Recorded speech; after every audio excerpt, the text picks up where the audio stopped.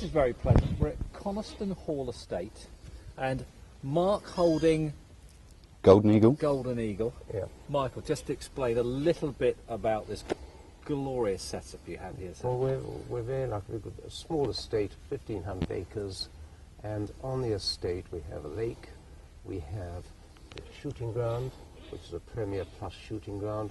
We have here the Falconry Centre, which I think is probably one of the better Falconry Centres in the country. We have off-road driving, Land Rover, one of 7 in the country of Land Rovers. You know, they actually They come and do demonstrations here. all the time. We do it all the time ourselves. We have 12 instructors there. And on the estate we also have the Pennell Forest and Craven Hounds, so they're kennelled here as well. That's nice. So we have the fishing on the lake. We have a total gamut of country sports, Fabulous. which is rather fun, I Now, think. come on then, Mark. Just explain a little bit about this. Well, fabulous. Fabulous eagle. Well, he's probably the star of the show here, I should think. We keep several eagles here on the estate, but this is the largest one that we keep. His name is Genghis, and he's a 7-year-old male golden eagle.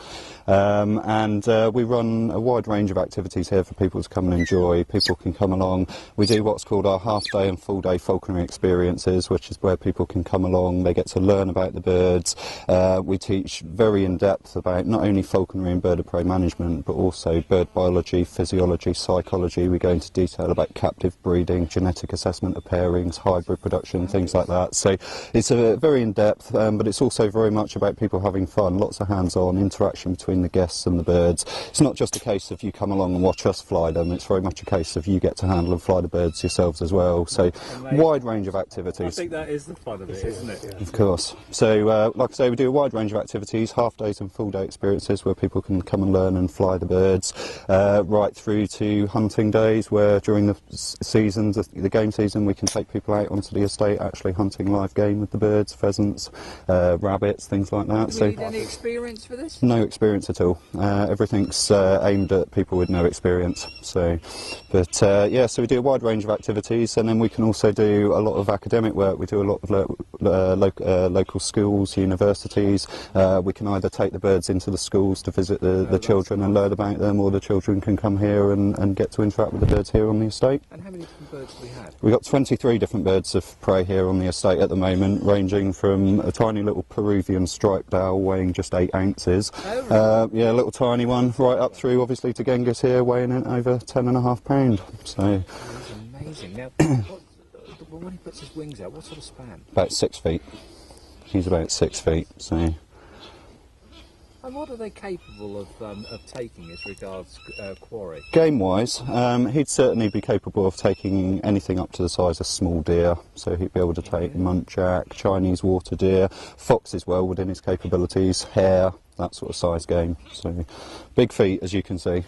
Massive pound per square inch pressures. They have the skeletal design in their foot is designed a little bit like a large ratchet mechanism. So although he's got fairly large muscles comparative to his size anyway, this ratchet mechanism in the feet means that every time he squeezes his muscles it clicks on the ratchet, but when he relaxes it doesn't then retract, so he can squeeze again and click it a bit more, click it a bit more, and it just shuts down like a massive ice until the bone collapses. So massive feet, very powerful feet. Okay. Right, now what's your favourite? You must have a favourite here. Probably him. Probably him. Yeah, no, he's stunning. On a nice windy day, the hills around here are perfect for the birds. On a nice windy day, as the wind comes in from the south, it hits these hills behind us, gets thrown up, and he'll go up and he'll soar hundreds of feet above the guests. This is a gorgeous setting behind.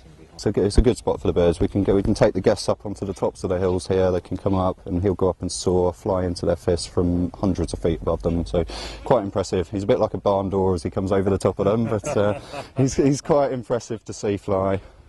Now just explain what we have around us. We've got a courtyard setting here. Now this is where all the birds stay during the days? Yep, just daytime quarters. Everything goes back into the barn at night for various different reasons, security, and obviously these pens aren't necessarily vermin proof, which isn't so much of a problem to the big one, because if anything dug into his pen he'd just eat it. But with the smaller owls and things it's a little bit of a problem. And then the barn obviously is alarmed. We have security systems, everything nice and secure for the birds inside at night, and also to keep them a little bit more protected from the weather when it's cold and windy, things like that. that. So, but no, it's just designed as their daytime quarters, but it's a nice setting for not only the guests to see the birds in the pens, but also the birds can look out across the valley. It's a nice setting for them. All of our birds are free flying, everything flies free every day anyway, but obviously when they're resting... That's a daily routine. Yeah, all the birds are picked up, handled and flown on a daily basis, so from that point of view, like I say, they're all worked daily, but obviously when they're resting in the pens and not being worked, it's a nice view to look out across the estate. So when you say they work daily, what sort of time scale? Is it sort of for 10 minutes or a couple of 3 hours?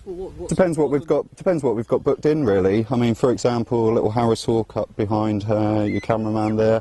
Today, I was just using him as a bit of a demonstration bird, so he's just out and he's flying around and soaring. He was out for about half an hour, whereas yesterday he was out hunting from 10 o'clock in the morning until about 5 o'clock in the evening. So it just depends what we've got booked in. But all the birds fly free every day. Nothing's ever just left. They're all worked on a daily basis, because unfortunately if you miss a day with their fitness they go back too, so you're constantly catching up. So everything's sort of worked on a daily basis anyway, but like I say, depending on what we've got booked in on the day would depend on just how long the bird's out for, if that makes sense. I think the other interesting thing is you weigh them every day, don't you? Everything's weighed every day, yeah. The birds have an optimum hunting weight, optimum flying weight, and we need to monitor and control their body weight to a very fine degree on a daily basis, literally within a few grams either side of an optimum, and obviously there's going to be lots of external sort of influences and variables which affect the bird's weight loss or weight gain in a 24-hour period, so we have to take into account lots of different environmental things like the weather, the temperature, the wind speed, the amount of work they do,